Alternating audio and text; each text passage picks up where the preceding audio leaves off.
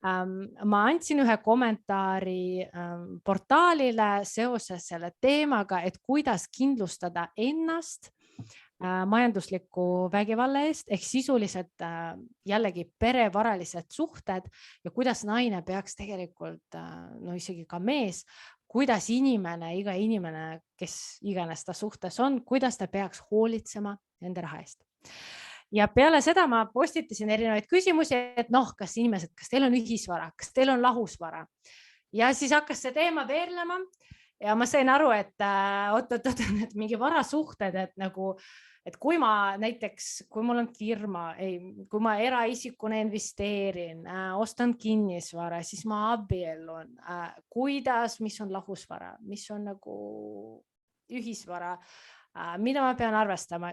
Mina sain aru, et meil on olemas ja on vajalik täiesti spetsialisti abi selleks, et aru saada, mis see varasuhe on ja sisuliselt, kui meil on näiteks mingi kinnisvara, mida ma pean teadma, kui ma olen abielus, hakkan abieluma, ühisvara, lahusvara. Ja seega ma kutsusin Keit. Ja Keiti on täna see, kes loodetavasti abistab ja meil on täna plaan selline, et me vaatame koos kahte situatsiooni.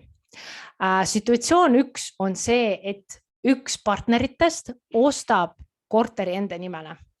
Näiteks ma ei ole abielus, on ju. Teeskleme, et ma ei ole abielus ja näiteks mees ostab korteri. Me ei ole abielus. Kodulaen on võetud ühe partneri poolt. Samas me elame koos, on ju, nagu näiteks mina maksan toidu eest, teine elukaaslane maksab selle oma laenu eest. Et mis juhtub lahkuminekul? Nagu mida ma pean teadma? Kas ma saan arvestada, et mul on kinnisvara või ei ole? Et see on üks situatsioon, millele ma loodan väga, et Keit jagab meile tarkust, mida arvestada. Mis siis juhtub? Aga võib-olla ma hakkangi kohe otsast peale selle sama situatsiooni näitega, et aga nüüd kahjuks Instagram lõpetas. Lükkas välja, left. Välja. Paneme uuesti. Proovime. Nii, ma räägin nende huvitavate ideedega on alati põnevusi. Nii, saatsin sulle uuesti kutse. Keit kadus ja kahjuks Keit kadus. Olen tagasi, vähemalt enda telefonist. Nii, ja enne kui me jätkame, tegelikult teeme väikse tutvustuse ka, on ju. Aga muidu me räägime täna kinnisvarast, ühisvarast, lahusvarast, nagu keerulisest juriidilisest asjast, millest ainult juristid teavad. Mina olen Ekaterina Tint, mina olen rahatarkuse ja investeerimise ja jätkusuutliku investeerimise treener. Ja Keit, sina oled jurist. Ja, olen jurist ja nõustan erinevaid ettevõtjaid, aga näiteks ka investoreid erinevatel õigusteemadel. Et täna räägime siis lähemalt varasuhetest. Ja sina oled ka Naisinvestorite klubi siis liige. Ja ma olen ka Naisinvestorite klubi tiimiliige ja vean näiteks ettevõtluse õpigruppe, et keda ettevõtlus huvitab, siis saab minu gruppi tulla mõtteid vahendama. Ja nii et see on nagu kindlasti naisinvestoreid huvitav teema, aga lähme kohe asja kallale, et põhimõtteliselt ma ei ole abielus, aga mehel on korter ostetud, aga me elame nüüd koos. Tema maksab laenu, ma maksan toidu, on ju, kulud on enamasti võrdsed. Kui me peaks lahku minema, mis siis saab? Kas ma saan kinnisvara ka? Üldiselt on niimoodi, et selline olukord, kus üks partner nii-öelda omab siis ametlikult kinnisvara ja teine partner siis annab talle raha, et ega see nagu mingi eriti hea olukord ei ole. Et mõistlik oleks alati see, kui partnerid ostaksid ühiselt siis kinnisvara kaasomandisse, kui nad ei ole abielus. Ja Instagram jälle kadus. Ja kuulge mul... Kuidas me teeme? Kes on Instagramis, palun, kui te saate, palun tulge Facebooki ja hiljem me kindlasti lisame salvestuse ka tagant järgi. Et kahjuks, kui Instagram mingi pärast jama millegi pärast jamab, siis me ei saa midagi teha. Aga kindlasti järelvaatamise video tuleb. Proovime viimast korda ja kui Insta ei õnnestu, siis ma lisan salvestuse hiljem IGTV-sse, et kõik saate ära vaadata. Ja, teeme nii. Okei, aga siis, kui on pooled, kes ei ole abielus, tahavad koos osta korterit, siis ostke kaasomandisse. Et kaasomand tähendab siis seda, et mõlemal poolel on mõtteline osa sellest korterist ja te mõlemad olete kinnistusraamatusse sisse kantud. Isegi kui see kooselu millegi pärast lõpeb, siis alati saab kaasomanik nõuda nii-öelda selle kaasomandi lõpetamist. Et kui teil on mingi rahumeelne lahendus, siis lähete koos notarisse, lepite seal kokku, kuidas te selle jagate. Kui rahumeelset lahendust ei ole, saate minna kohtusse ja siis kohus otsustab, kuidas seda siis jagada vastavalt teie nõudele. Kui see nüüd ei ole ostetud kaasomandisse, et see näide, kus ongi ainult partneri nimel ja siis teie annate raha. Et see on nagu sihuke juriidiliselt keerukas situatsioon, aga meil on Riigikohtu praktikat sellest, et on näiteks üks selline lahend, kus siis naisel oli nii-öelda kinnistu, koos ehitati sinna peale maja, maksti neid laenumakseid, mõlemad pooled ühesõnaga rahaliselt panustasid sinna. Ja siis seal tegelikult kohus leidis, et tuleks kohaldada nii-öelda seltsingu lepingu sätteid sellele vara jagamisele, ehk siis nii-öelda seda kinnisvara ikkagi sai, seal olukorras oli küll see mees, kes nii-öelda andis naise kinnistule nii-öelda oma rahalisi panuseid. Ja ta sai sealt ikkagi oma osa tagasi, sest et kohus leidis, et seda saaks siis vaadelda kui seltsingulepingut ja kui seltsinguleping nii-öelda laguneb, siis mõlemad osad saavad oma panused tagasi. Aga siis on nagu hästi kindlad kriteeriumid, mis kohus välja tõi, millega tuleks arvestada, et esiteks peaks olema siis tõendatud see, et mõlemad pooled on teinud majanduslikult võrreldavaid panuseid. Ehk siis kui on nagu selline olukord, siis parem oleks teha näiteks pangaülekanded, jätta alles kõik maksekviitungid, et kui te lähete kohtusse, siis mõlemad pooled peavad oma väiteid tõendama. Et kõige halvem on sihuke olukord, kus näiteks üks partner annab teisele sularahas ja pärast ei ole nagu selle kohta mitte mingisuguseid jälgi, et siis on nagu väga raske ära tõendada, et see partner on ka sinna kuidagi panustanud. Ja siis teiseks peaks olema tuvastatav ka sihuke poolte ühine tahe sellist püsivalt kestvat majanduslikku väärtust luua. Ja seda võib ka olla natukene keeruline pärast tõendada.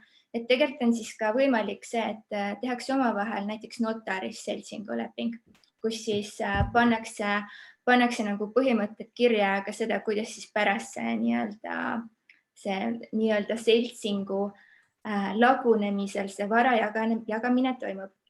See juba kõlab nii keeruliselt. See ongi hästi keeruline.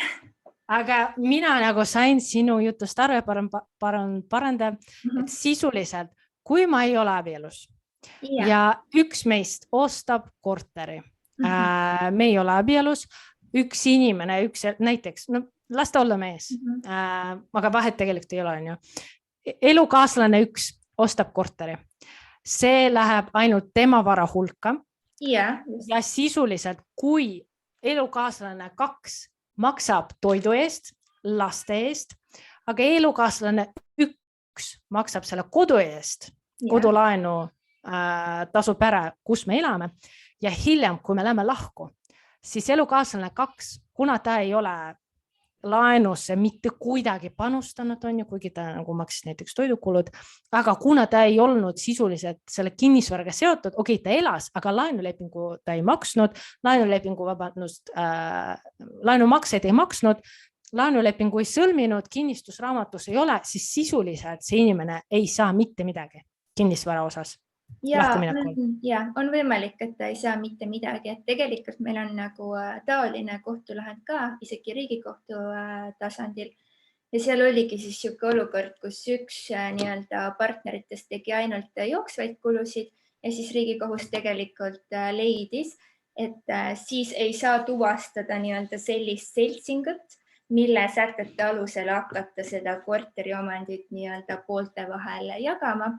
Et selles lahendis see naine küll sai väikese hüvitise mingite muude võlaõiguse sätete alusel, aga sellised vaidlused, nad on keerukad, nad on komplitseeritud, et kui sa lähed kohtusse, siis sa pead arvestama sellega, et esiteks see on aeganõudev, et see kestab nagu pikalt, see on sulle üsna kurnav nii finantsiliselt kui vaimselt ja et sul peavad olema ka mingisugused tõendid siis selle kohta, et kuidas teil see nagu olukord oli kokku lepitud, et seda on küll nagu kohus mitu korda öelnud, et pelgalt see, et inimesed jagavad kooselus mingid kulud ära, et sina nagu maksad ühe asja eest, tema maksab teise asja eest, et see ei tähenda veel seda, et teil oleks nüüd see seltsingu leping ja selle alusel oleks pärast nii-öelda õigus nõuda osa siis teise inimese nimel olevast kinnisvarast. Okei, ehk sisuliselt, kui me elame koos, aga kinnisvara on ainult ühe inimese nimel, siis kõige targem selleks, et nagu vältida seda riski, et lahkuminekul ma jään ilma kinnisvarata ja mul ei ole, no ma pean kohtusse kuskile minema, et midagi kätte saama, siis sisuliselt kõige suurema tõenäosusega ma võidan kohtus siis, kui tegelikult meil on kas sõlmitud seltsileping, kuigi jällegi see on väga keeruline, või kui seltsinguleping, või kui ma sisuliselt ikkagi kannan 50% näiteks laenumaksest sellele elupartnerile, kes nagu seda laenumakset pangale maksab.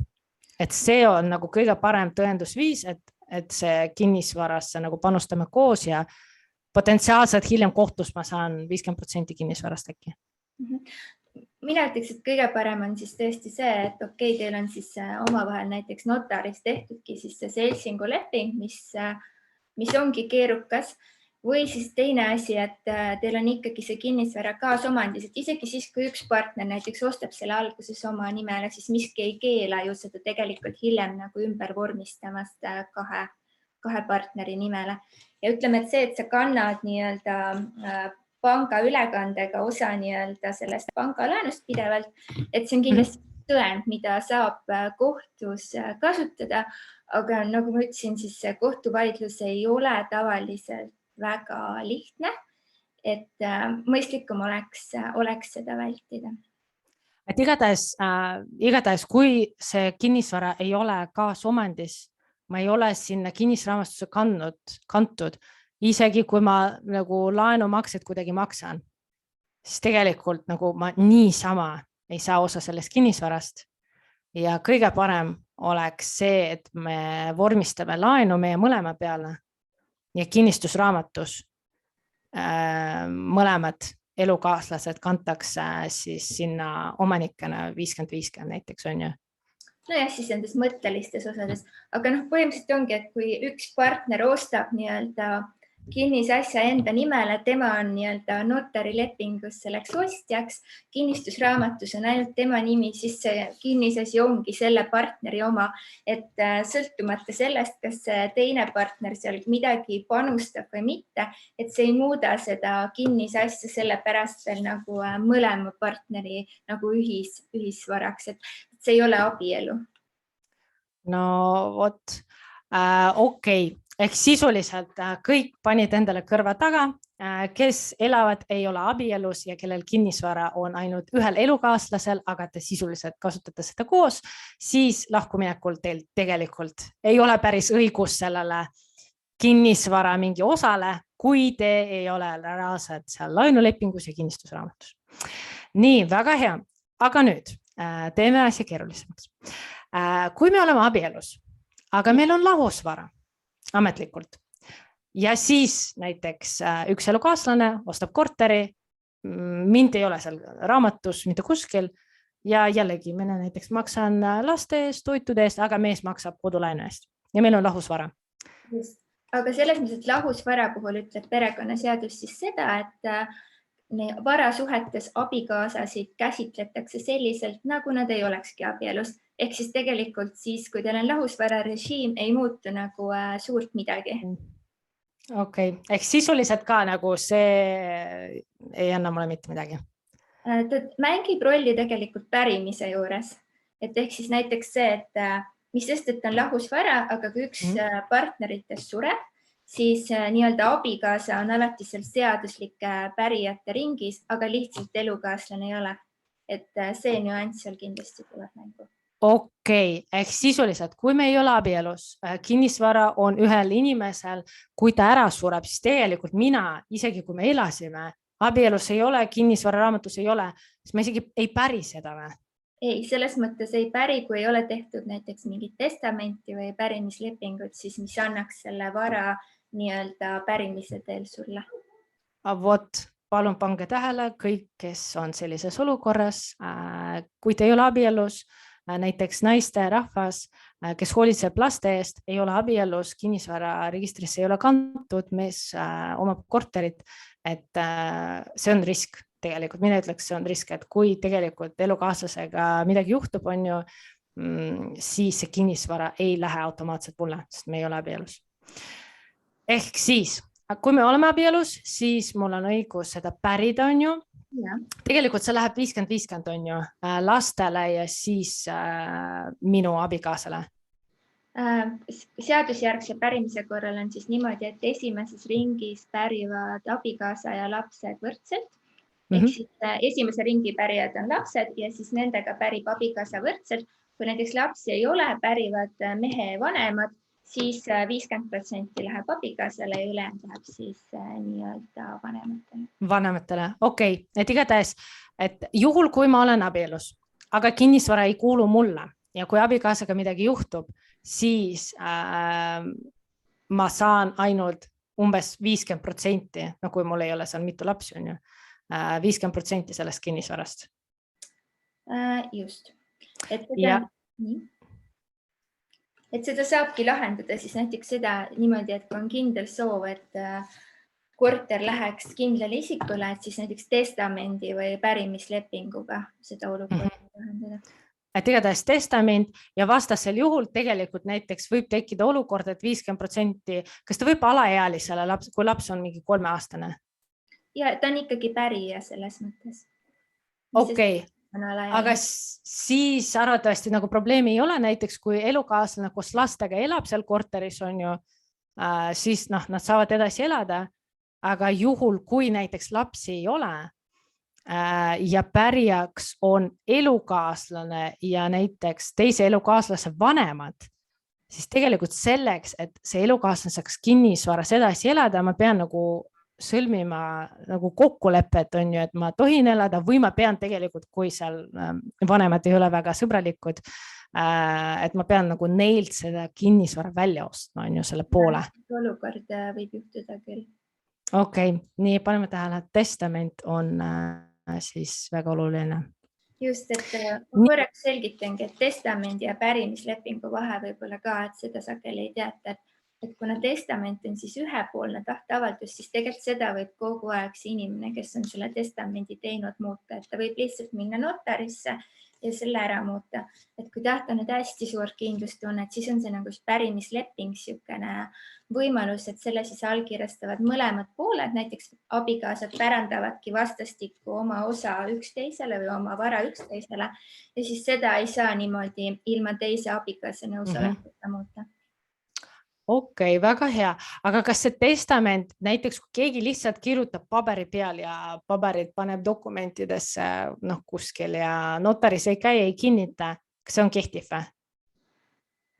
Põhimõtteliselt on, seal on vist mingi ajaline piirang, et ma isegi peast ei oska öelda, et testamentidega tegeleb meil valdavalt notar, et kui nagu testamendi osas on küsimusi, siis ma soovitan kindlasti kuskile notari büroosse minna. Okei, et see, et ma lihtsalt ise panen kuskile paberile, et see on mu testament, et kindlasti on soovitatav minna notarisse selleks, et nagu 100% garanteerida, et see testament läheb arvesse, on ju. Sest tõesti, nagu paber läheb äkki põlema juhuslikult. Ja, kõik on võimalik.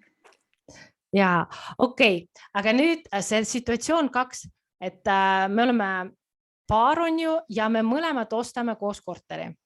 Meil on laenuleping 2 peale kinnistusregistris on ka mõlemad saavad kirja pandud, on ju, ja siis sisuliselt, kui me lahku lähme, seal nagu ei ole mingit vaidlusmomenti, mul on nagu õigus oma 50% kätte saada, on ju. Ja tavapäraselt siis jagatakse siis vastavalt osa suurusele, mis seal kinnistusraamatus on. Et võin natuke rääkida võib-olla lähemalt sellest, et kuidas see siis käib, et kui te omavahel kokkuleppele ei jõua, et siis saab nii-öelda pöörduda kohtusse ja siis seal on nagu 3 varianti, mida saab nõuda, et saabki nõuda seda, et näiteks üks pool ostab siis teiselt kinnisvara välja, see pannakse enampakkumisele või siis see jagatakse reaalosadeks, aga noh, see on võimalik siis näiteks, kui see kinnisasi on mingi maatükk, mida reaalselt on võimalik kuidagi jagada. Et ja siis selle nõude põhjal siis kohus midagi otsustab. Et natukene on kohtupraktikas mingeid selliseid riskantsemaid asju, et näiteks kaasomanikud peaksid siis ühiselt kandma mingeid kulusid, mis selle kaasomandiga kaasnevad.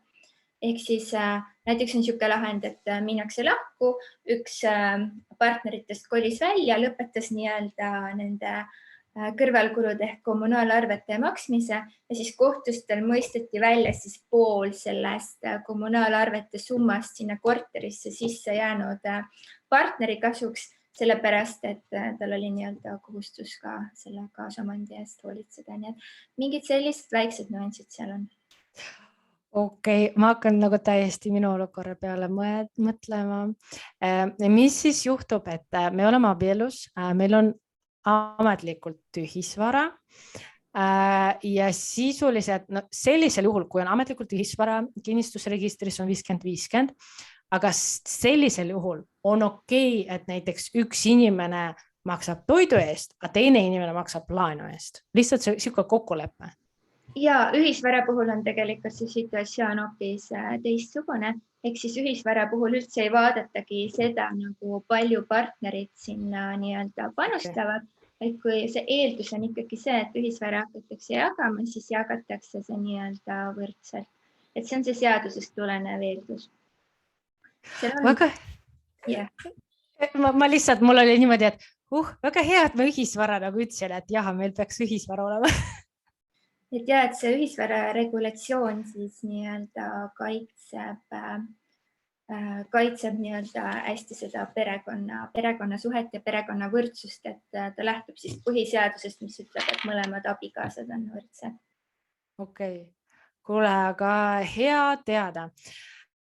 Ma loodan, et nüüd nii, aga küsin pärimise juures, mis pärimisel tekib, kui testamenti ei ole? Kui testamenti ei ole, et siis ongi seadusjärgne pärimine, ehk siis esimeses ringis pärivad abikaasa ja lapsed, teises ringis on nii-öelda näiteks vanemad, surnud isiku vanemad ja siis abikaasa. Seal tegelikult ei muutu otseselt midagi, et olenemata sellest lahusvarast või ühisvarast. Okei, et jällegi soovitatab testamendi teha selleks, et näiteks kui midagi juhtub, on ju, et see kinnisvara jääks nagu teisele elukaaslasele ja ta ei peaks nagu seda jagama kellegiga.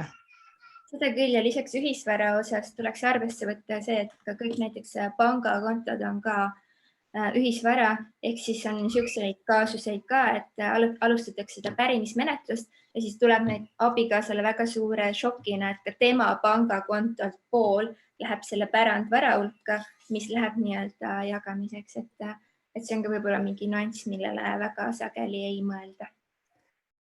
No jah, ühisvara tegelikult tähendab seda, et nagu kõik, mis on abielu jooksul nagu hangitud on ju, et see on kõik 50-50. Jah, see jagatakse nii-öelda võrdselt tavaliselt jagamist. Aga et seal on need erandid ka, et siis perekonnaseadusest saab vaadata, et on lahusvara loetelu, et sinna lähevad näiteks kingitused või ennem abielu soetatud asjad ja veel mõned erandid, et need siis ei lähe ühisvara hulka. Ja mingi isiklikud asjad olid seal? Ja isiklikud asjad, siis kingitused, siis kohustusliku pensionifondi osak ja seal on see loetel on nagu siis sealt seadusest tuleb. Okei, kuule, ma sain nagu nii palju targemaks juba. Mõtlen, kas mul on minu olukorra osas mul on nagu selge, aga ma saan aru, et okei, see ühisvara või lahusvara, see on see, mis abiellumisel saab valida, on ju, et ma panin linnukene seal. Kas ma hiljem tegelikult, kas ma saan ise sõlmida koos elukaaslasega lepingu, et näiteks panengi kirja näiteks see firma või see kinnisvara või mis iganes, see konkreetne vara näiteks on lahusvara? Ja abieluvaralepinguga saab nagu mingeid kindlaid esemeid siis muuta kas ühisvaraks või lahusvaraks või saab ka tegelikult seda varasuhte režiimi muuta ka hiljem. Et siis tuleb minna notarisse ja sõlmida abieluvaraleping. Aga kui see ei ole notaris sõlmitud, vaid lihtsalt digitaalallkirjaga 2 osapoole poolt allkirjastatud? Ei, seda peab ikkagi abieluvaralepingut peab tegema notaris. Okei, ma ütlen abikaasale, et peame notarisse minema. Kuule, aga suured tänud, kas me saame võtta neid küsimused, mis on Instagramis mõned tulnud? Ja, ikka. Vaatan Instagramis ja mul oli väike kastikene. Üks küsimus oli see, et kas on vahet, kui olla abielus pluss ühisvaraleping pluss kooseluleping pluss ühisvaraleping. Okei, kas seal on nagu vahet, kas abielus ja ühisvaralepingut omade versus kooseluleping pluss ühisvaralepingut omade? Ja seal tuleb jälle see pärimisel vahe, et nii-öelda pärimisseadus ütleb, et pärijaks on abikaasa, ehk siis isegi kui teil on kooseluleping, siis ei muuda see partnerit nagu pärijaks, et siis juurde tuleks teha ikkagi testament või pärimisleping. Okei, siis järgmine küsimus oli see, et kas on juhuseid, kus ühisvara ei kehti, aga me rääkisime, et seal on pikk loetelu selles isiklikud asjad, kingitused, enne abielu sõlmitud või soetatud vara. Ja, et siis lahusvara on ikkagi mõlema partneri enda nii-öelda vara. Just, aga näiteks kui on ühisvara ja inimene võtab laenu ainult enda nimel, ühe isiku nimel ja ainult maksab, aga see on ikkagi ju mõlema nagu osapoole. Ja, et nii-öelda abielus olemise puhul ja ühisvara puhul siis tuleb arvestada seda, et kui näiteks abikaasa võtab perekonna huvides laenu ja ta on ainult üksi selle laenulepingu pooleks, ikkagi tekib nii-öelda mõlemal abikaasal kohustus. Aga selles mõttes on niisugune kohtulahend näiteks olemas küll, et kui hakatakse kohtus abielu lahutama ja nii-öelda ühisvara jagama, siis kohus ei vaata mitte ainult ka vara, vaid ta vaatab ka kohustusi. Ja seal on näiteks see, et kui pangalaen oli peaaegu täiesti maksmata ehk oli suhteliselt lähedal sellele vara väärtusele, siis jäeti see vara koos pangalaenuga ühele abikaasale. Et näiteks niisugune nagu lahend on küll olemas, sellepärast et tema võttis ka kohustuse nii-öelda ainuisikuliselt seda pangalaenu siis maksta ja siis jäeti ka see vara nagu talle, sest et seal oli, pangalaen oli tegelikult siis tasumata enamus osas. Okei, et igatahes kui on ühisvara, isegi kui keegi salaja võtab laenu, siis see on teise abikaasa laen ka, on ju? Siis vaadatakse seda ka, et kas ikkagi on nagu võetud perekonna huvides, et näiteks kui seda laen on lihtsalt umbes sularahas välja võetud ja kasutatud ainult mingi enda huvide peale, siis kohus võib otsustada, et see ikkagi ei ole teise abikaasa kohustus. Aga see, ma saan aru, nagu, kui sa mainid kohus, siis see tähendab seda, et ma pean ise on ju pöörduma kuskile, et oma saatust kuidagi kergemaks teha, on ju? Jah, et kui näiteks siis laenuandja pöördub abikaasa poole kui solidaarvõlgniku poole, et ikkagi omavahel nii-öelda jõua kokkuleppele, et siis seda saab ainult kohus lahendada. Okei.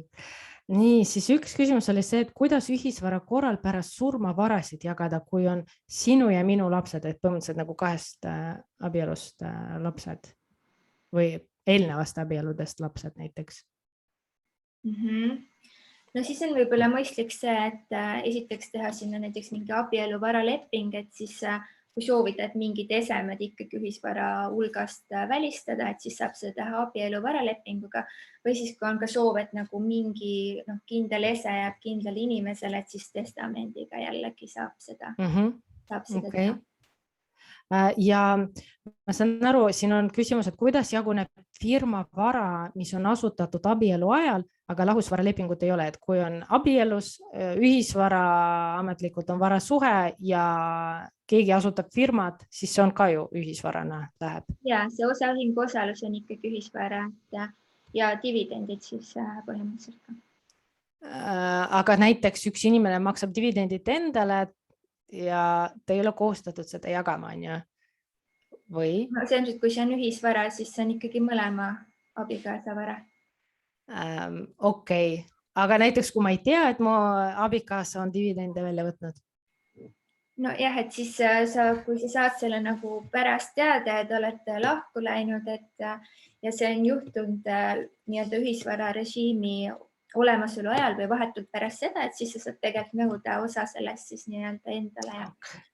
On olemas jälle üks kohtulahend tegelikult, kus dividendid maksti siis välja vahetult pärast abielu lahutamist ja selle ühisvara režiimi lõpetamist ja siis kohus ikkagi mõistis osa sellest endisele abikaasale, sest ta leidis, et see äriühing on selle kasumi, mille arvelt need dividendid maksti, et see teeniti siis nii-öelda abielu ajal. Okei. Aga ma saan aru, siin on veel mingid, ma vaatan, kas elukaaslasel on õigus liisingu esemele, kui ta ise pole liisingu võtja, aga igakuiselt, mida siin läks küsimus, et igakuiselt maksab selle eest, aga sõltub vara suhtest, on ju? Kui no elukaaslane, siis meeldan, et nad ei olegi äkki abielus, no siis on ikkagi see liisingu ese, kui üks inimene on sõlminud liisingulepingu, ta on nii-öelda selle liisingu esemega seotud, et siis on ikkagi tema kohustus. Kui teine inimene siis lihtsalt teeb mingeid makseid, et võib-olla talle tekib mingitel võlaõigusregulatsioonide alusel mingi tagasinõude õigus, aga pigem vaheldav.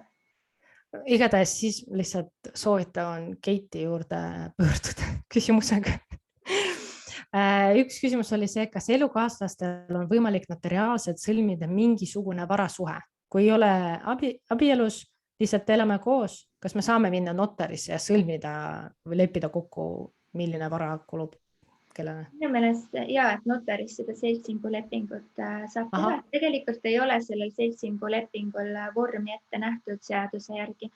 Aga kui sa lähed seda notarisse tegema, siis notar ikkagi selgitab sulle su õigused ja kohustused ja et võib-olla nagu sihuke kindluse koha pealt on parem tunne pärast. Ja üks küsimus oli see vara lahusus, laps alla 18 aasta, et kas surma korral läheb pärand alaealisele lapsele, kas sa vastasid, et läheb küll, on ju? Läheb tegelikult siis jagamisele nii-öelda abikaasa, et kui vara lahusus meeldan, et on abikaasa, siis läheb jagamisele abikaasa ja lapse vahel. Okei, aga nüüd selles mõttes ma arvan, ma ütlen disclaimeri ära, et tegemist, ma lihtsalt kuulan siin, et hulgaliselt on kohtulahendeid, on ju, et disclaimer, et kui teil on küsimusi, me hetkel nagu käisime väga kiiresti mitmed elukorrad või olukorrad üle, kui on täpseid küsimusi, kui on vaja konkreetse situatsiooni osas mingi juriidilist hinnangu, väga soovitan pöörduda siis juristi poole, kes konkreetses situatsioonis saaks siis lähtuvalt seadustest ja lähtuvalt kohtupraktikast on ju midagi konkreetset informatsiooni jagada ja nõu anda, kuidas toimida. Just, et kindlasti saab abi küsida, aga võib-olla just see, et kui ei olda abielus ja me räägime nendest seltsingulepingutest, et siis kohtupraktikat meil ongi võib-olla hästi erinevat, et kindlasti see ei ole nagu mustvalge, et see, mis ma nagu siin täna ütlen, et kohtud on niimoodi varasemalt oma praktikas leidnud, et aga vahel juhtub ka seda, et kohtud muudavad oma seisukohti näiteks. Et seda ei saa nagu 100% võtta, et see alati niimoodi jääb. Aga kas ma saan õigesti aru, et sinu juurde, kui keegi kavatseb lahku minna ja äkki ei olegi abielus ja on mingi vara siin nagu koos soetatud, mis tegelikult ei kuulu partnerile, et sinu juurde on võimalik pöörduda, et seda olukorda nagu läbi vaadata, et mis seal saaks paremini teha, et sisuliselt enda õigused kaitsta selles elu kooselu ajal? Ja ikka, et mulle võib vabalt kirjutada kas Facebooki, Instagrami ka, et mul ei ole selle vastu üldse midagi, et kui jäi midagi selgusetuks, et ma tean, et need asjad esmapilgul võivad tunduda hullult keerulised ja et võib-olla see jutt, mis ma räägin, ka keeruline, et kui tundub, et ei saa ikka päris hästi aru, siis võib mulle julgelt saata sõnumi ja siis ma vastan hea meelega täiendavalt. Kuule, aga mul on hea meel, et ma ise sain palju targemaks. Ma lähen nüüd, pean notarisse minema. Et ma ütlen sulle suured tänud. Kuidas sind on võimalik leida? Sul on ametlik koduleht ka, et kus saab, no kui kellelgi on konkreetselt juriidiline küsimus, on ju, et sul oli koduleht ka? Ja, legalroom.ee on minu koduleht, et seal leiab tegelikult kõik kontaktid. Ja ma saan aru, et sa nagu jälgid seda kohtupraktikat, on ju, et mis see viimased uudised on nendes seoses varasuhetega ja praktikatega, et kui on konkreetne olukord, siis on parem uuesti üle vaadata, on ju? Ja, et alati võib tulla nõu küsima. Aga suur aitäh veel kord. Meil oli laivis vaatamas peaaegu 100 inimest, praegu on 90 inimest.